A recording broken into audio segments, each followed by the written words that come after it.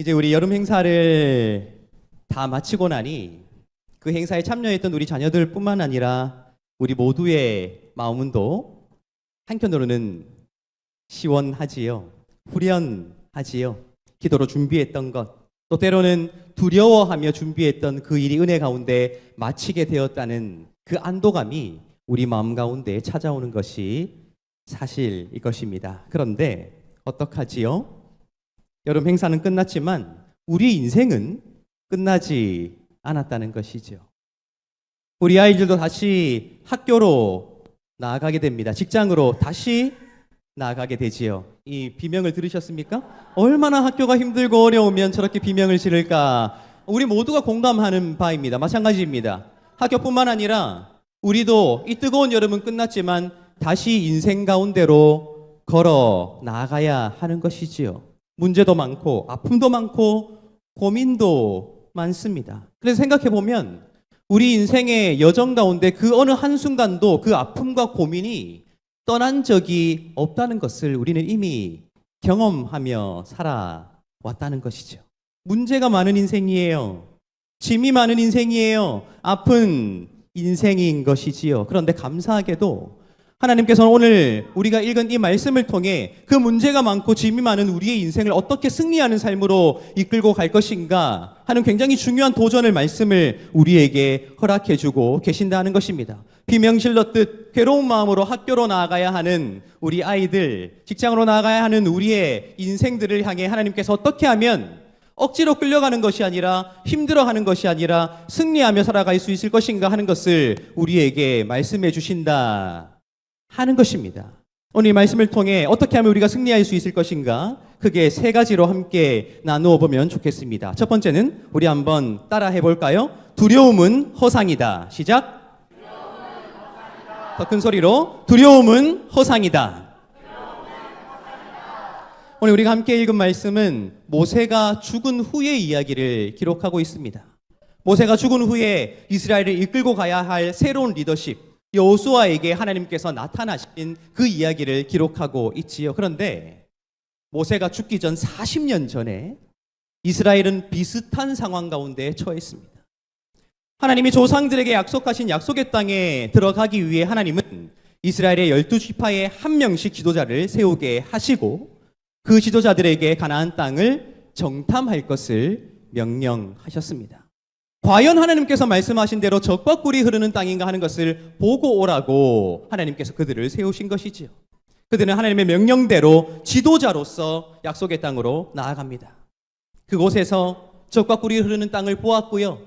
그곳에서 났던 열매를 가져다가 그곳이 과연 적과 꿀이 흐르는 땅임을 모세와 모든 백성들 앞에 보고하게 되는 것이지요. 그런데 거기서 그치지 않고 그 지도자들은 이렇게 이야기합니다. 그곳에 살고 있었던 백성들에 비하면 우리는 메뚜기와도 같습니다. 우리 친구들 메뚜기 본 적 있어요? 네. 우리 교회에도 놀랍게도 사마귀도 많고요. 메뚜기도 많고요. 네. 장수풍뎅이도 있어요. 근데 여러분 그 메뚜기를 보면 어떤 생각이 들어요? 좀 징그럽죠. 그런데 그 메뚜기가 여러분들에게 덤비면 여러분들 어떻게 반응하세요? 메뚜기에게 져요? 메뚜기에게 흠씬 두들겨 맞고는 엄마 메뚜기가 나 때렸어 하나요? 아니에요. 그냥 툭 밟아버리면 메뚜기는 죽는 것이죠. 놀랍게도 이스라엘의 지도자들이 40년 전 하나님 앞에서 모세 앞에서 이스라엘 앞에서 우리는 그 백성들 앞에서 메뚜기와 같다고 말해버립니다. 두려움에 사로잡힌 거예요. 무서워했던 거예요. 놀랐던 거예요. 미리 스스로를 그 두려움에 압도되어 낮추어 버린 거예요. 여러분 마주해봐야 아는 것 아닌가요? 직면해봐야 아는 것 아닌가요? 약속의 땅에 들어가서 그들과 직접 대결해봐야 아는 것 아닌가요? 길고 짧음은 대봐야 알 수 있듯 그들이 강한지 그곳 원주민들이 강한지는 하나님의 말씀대로 그곳에 들어가 봐야 아는 것이죠. 그런데 그들은 미리 두려워해서 자신들이 약하다, 작다, 부족하다, 우리는 질 수밖에 없다고 말해버린 것이죠. 왜요? 두려움에 사로잡혔기 때문에. 놀랍게도 그 두려움이 이스라엘 전체를 집어삼켜 버렸습니다. 마음이 물녹듯 녹아버렸고요. 하나님의 약속의 말씀은 온데간데 없이 우리는 질 수밖에 없다는 생각이 이스라엘을 지배하게 되자 그 두려움의 결과로 그들은 40년 동안 사막에서 살게 되었다 하는 것입니다. 그들의 실패는 그 일을 행하여 직접 마주한 실패가 아니라 두려움이라는 허상에 사로잡혀 미리 마음으로부터 실패해버렸기에 그들은 주저앉을 수밖에 없었음을 민수기의 말씀이 우리에게 보여주고 있다 하는 것입니다. 여러분, 우리의 인생도 마찬가지더라고요. 우리 여기 고3 학생들이 앉아 있습니다. 우리 고3, 오늘 우리 기도했던 예서 고3이거든요. 예서야, 뭐가 제일 두렵니? 이겁니다. 어쩌면 우리 모두가 공유하고 있는 마음이에요. 시험 쳐봐야 아는 것이죠. 그렇죠? 실기를 봐야 아는 것이죠. 그렇죠? 부딪혀 봐야 하는 것이죠. 그런데 우리의 인생은 어쩐 일인지 뭔가 안 될 것을 먼저 걱정해요. 떨어지면 어떡하지? 사업에 실패하면 어떡하지? 내가 부끄럽게 되면 어떡하지? 하는 것부터 생각하게 되더라고요. 여러분, 그 두려움은 허상이에요. 내가 만들어낸 거예요. 내가 어쩌면 하나님보다 더 앞세우는 것이라는 사실이에요. 여러분, 기억하십시오. 두려움은 허상입니다. 아무것도 아니에요. 눈에 보이지 않고 손으로 잡을 수 없는 내가 만들어낸 허상이라는 거예요. 우리의 인생에 문제가 많지요. 우리의 인생에 참 피곤함이 많지요. 그러나 우리가 이겨낼 수 있는 것은, 승리할 수 있는 것은 먼저 그 허상을 깨뜨리는 것임을 우리가 반드시 기억해야 한다 하는 것입니다. 여러분, 오늘 우리가 함께 읽은 말씀 가운데 가장 많이 반복되고 있는 동일한 단어가, 표현이 뭔지 아세요? 6절, 7절, 9절에 기록되어 있거든요. 이 말입니다. 강하고 담대하라. 강하고 담대하라. 두려워하지 말라. 허상에 사로잡히지 말고 그것에 맞서 싸워 이기라 하는 것이죠. 우리의 인생이 승리할 수 있는 비결이 바로 거기 있습니다. 내가 만들어낸 허상에 사로잡히는 것이 아니라 그 모든 것들을 마주하여 직접 싸워 이기며 내가 만들어낸 허상 앞에서 내가 작은 존재가 아니라 얼마나 귀한 존재인지를 발견해 나아가는 걸음, 그것이 우리의 삶을 승리로 이끌 수 있는 가장 중요한 우리의 마음이다 하는 것입니다. 날마다 그러한 사실을 반드시 기억하시고 먼저 걱정하지 마시고요. 강하고 담대하시고요. 날마다 삶에 찾아오는 수많은 문제들을 이겨나갈 수 있는 우리 자녀들, 또 여러분들의 인생이 되시기를 예수님의 이름으로 축복합니다. 두 번째는 한번 따라 해볼까요? 하나님은 존재하신다. 더 큰 소리로 하나님은 존재하신다. 할렐루야. 여러분, 두려움은 허상입니다. 지금 여호수아는 40년 전에 마주했던 그 현실을 동일하게 마주하고 있습니다. 미지의 세계잖아요. 알지 못하는 영역이잖아요. 맞아요. 그에게도 여전히 두려움이 작용했을 것입니다. 따라서 하나님께서 이렇게 3번이나 말씀하시는 것이죠. 강하고 담대하라 라고 말입니다. 여호수아는 선택해야 했어요. 자신의 마음속에 존재하고 있는 두려움을 선택할 것인가, 그 앞에 압도당할 것인가, 아니면 지금 자신의 곁에 서서 자신에게 강하고 담대하라고 말씀하시는 하나님을 붙잡을 것인가를 선택해야 했다는 거예요. 분명한 것은 그 두려움은 허상이지만 지금 그의 귀에 강하고 담대하라 들려주시는 그 하나님은 실존하신다는 거예요. 함께 하신다는 거예요. 역사하신다는 거예요. 살아계신다는 거예요. 여러분, 우리의 인생도 마찬가지입니다. 우리는 항상 선택해야 합니다. 내가 두려워하는 것에 따라 나를 무너뜨릴 것인가? 나는 여전히 실패하며 패배하며 끌려갈 것인가? 아니에요.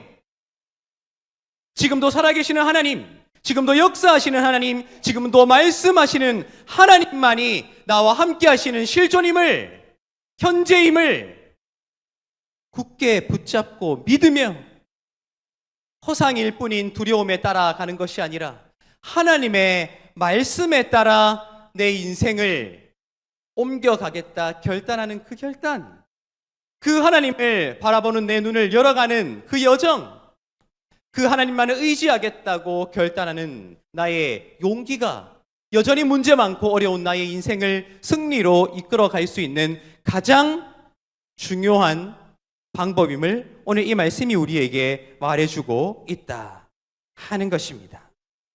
9절을 보면 이렇게 되어 있죠. 우리 9절 한번 읽어보도록 하겠습니다. 내가 내게 명령한 것이 아니냐? 강하고 담대하라. 두려워하지 말며 놀라지 말라. 내가 어디로 가든지 내 하나님 여호와가 너와 함께 하느니라 하시니라. 할렐루야. 이것이 실존입니다. 이것이 현실이고요. 이것이 현재입니다. 두려움은 허상이지만 하나님은 나와 함께 하신다고 약속하셨다. 나를 붙잡고 계신다. 그러므로 나도 하나님을 붙잡는다 하는 결단으로 날마다 승리하며 살아가는 여러분들의 인생이 되시기를 예수님의 이름으로 축복합니다. 세 번째는 마지막으로 한번 따라 해볼까요? 하나님은 말씀으로 역사하십니다. 더 큰 소리로 하나님은 말씀으로 역사하십니다. 할렐루야. 하나님은 여호수아에게 강하고 담대할 것을 명령하시지요. 허상뿐인 두려움을 붙잡지 말고 함께 하시는 하나님을 붙잡으라 말씀하시지요. 그런데 단지 강하고 담대하라 고만 말씀하시는 것이 아니지요. 그에게 또 다른 행위 지침을 주고 계십니다. 그것이 무엇입니까? 말씀을 읽으라는 거예요. 말씀을 가까이 두라는 거예요. 7절을 보면 이렇게 되어 있습니다. 제가 읽어드리겠습니다. 오직 강하고 극히 담대하여 나의 종 모세가 내게 명령한 그 율법을 다 지켜 행하고 우로나 좌로나 치우치지 말라. 그리하면 어디로 가든지 형통하리니. 할렐루야. 무엇에 따라 우로나 좌로나 치우치지 말라고요? 모세가 명령한 하나님의 말씀에 따라 우로나 좌로나 치우치지 말라. 8절 보십시오. 이 율법책을 내 입에서 떠나지 말게 하며 주야로 그것을 묵상하여 그 안에 기록된 대로 다 지켜 행하라. 그리하면 내 길이 평탄하게 될 것이며 내가 형통하리라. 여러분, 허상뿐인 두려움이 우리를 지배하는 이유가 뭔지 아세요? 공허하기 때문이에요. 비어있기 때문이에요. 그 빈 곳에 두려움이 자리 잡게 되는 것이거든요. 그 공허한 곳에, 그 빈 곳에 무엇을 채워야 할까요? 하나님의 말씀이에요. 하나님 지금도 우리에게 두려워하지 말라, 담대하라, 강하라 말씀하시지요. 무엇을 통해서요? 이 성경 말씀을 통해서요. 나태해진 우리의 손과 우리의 귀와 우리의 생각과 마음을 하나님 말씀 앞에 다시 정돈해야 돼요. 말씀을 읽어야 해요. 여러분, 성경학교에 참석하며 수련회에 참석하며 들었던 말씀 가운데 가장 기억에 나는 것이 뭐예요? 우리 아동부 가장 기억에 나는 말씀이 뭐예요? 뭐라고요? 죄인이라고요? 체인지업. 맞아요. 그렇게 마음을 바꿔야 되는 것이죠. 우리 중고등부 수련회 때 가장 기억에 남는 말씀이 뭐예요? 알겠습니다. 텔레파시로 통했어요. 바로 그 말씀을 붙잡아야 되는 것이죠. 청년부 말씀 가운데 가장 기억에 나는 말씀이 뭐예요? 할렐루야. 여러분, 제가 여기서 끝낼 줄 알았죠? 여러분, 올 1년 중에 들었던 말씀 가운데 가장 기억에 남는 말씀이 뭐예요? 잠깐만. 우리 어른들은 가장 기억에 남는 말씀이 뭐예요? 강하고 담대하라. 야, 임기응변이 아주 맞아요. 그거예요. 그 말씀이 나를 충만하게 채울 때 다른 것이 틈타지 못하는 거예요. 공허함이 아니라 충만함으로 하나님의 말씀을 붙잡을 때에 두려움 따위가 나를 지배하지 못하는 것이죠. 그 말씀이 나에게 충만하게 있으므로 내가 강하고 담대할 수 있는 것이죠. 여러분, 오늘 이 말씀이 우리에게 그렇게 도전하고 있습니다.